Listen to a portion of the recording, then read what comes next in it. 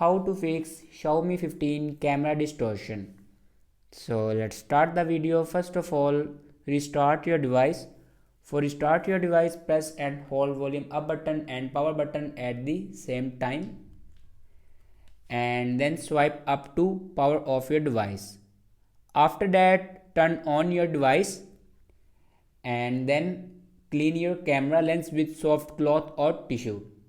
After cleaning your camera lens, then open setting. In settings, scroll down and then click on apps.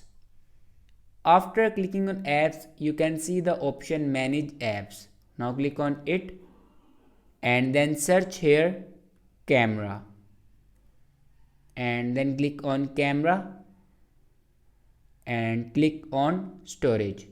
Now here you can clear your camera data. After clear your camera data, then go back and click on system app settings. After clicking on system app settings, you can see the option camera. Now click on it and then scroll down in last and then click on restore default settings.